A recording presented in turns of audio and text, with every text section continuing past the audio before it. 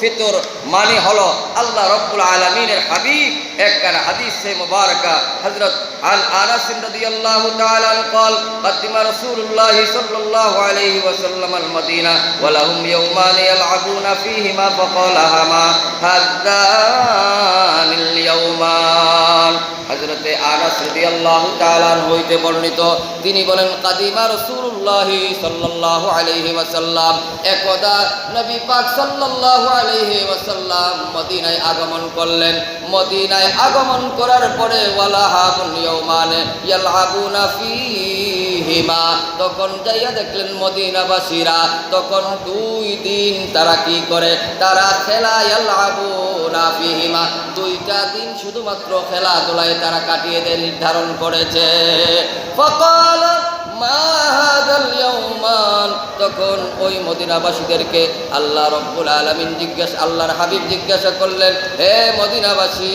মা হাদানিল ইয়াউমান এই 2 দিন তোমরা কেন খেলা করে কাটিয়ে দাও কালু তখন মদিনাবাসী বলল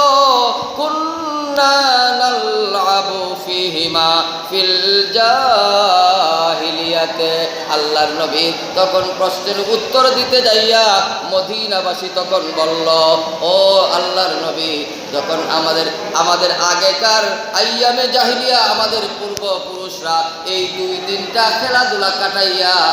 খেলাধুলা করার জন্য শুধুমাত্র খেলাধুলা করার জন্য ওই 2 দিনকারে তারা নির্ধারণ করেছে এই জন্য আমরা আমাদের পূর্বপুরুষদের নীতিগুলা মানার জন্য 2 দিন আমরা খেলাধুলা করে কাটাইয়া দেই তখন ফাকাল রাসূলুল্লাহ সাল্লাল্লাহু আলাইহি ওয়াসাল্লাম আমার নবীজি তখন উত্তর দিলেন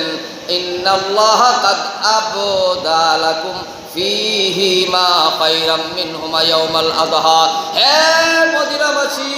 আমি যদি তোমাদের কাছে এর চাইতেও আরো বেটার দেন ভালো এর চাইতেও উত্তম 2টা কাজ 2 দিনে দেই তাহলে কি তোমরা মানবা তোমরা কি মানবা আবদালাকুম তোমাদেরকে যদি বদল করে দেই পরিবর্তন করে দেই বিহিমা খায়রাম মিনহুমা এর চাইতেও আরো ভালো 2টা দিনের কথা যদি শোনায়া দেই এই 2টা দিন হলো ইয়াউমাল আযহা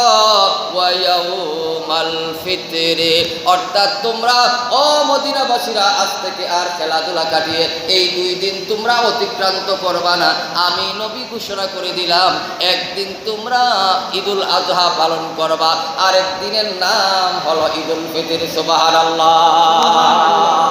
এখন ওই শয়তানি ওয়াসওয়াসা আছে আমরা কিতা করি ঈদের দিন আমরা কিছু ইয়াং ফুলাবান কি খেলা ঢোল বাজনা ইত্যাদি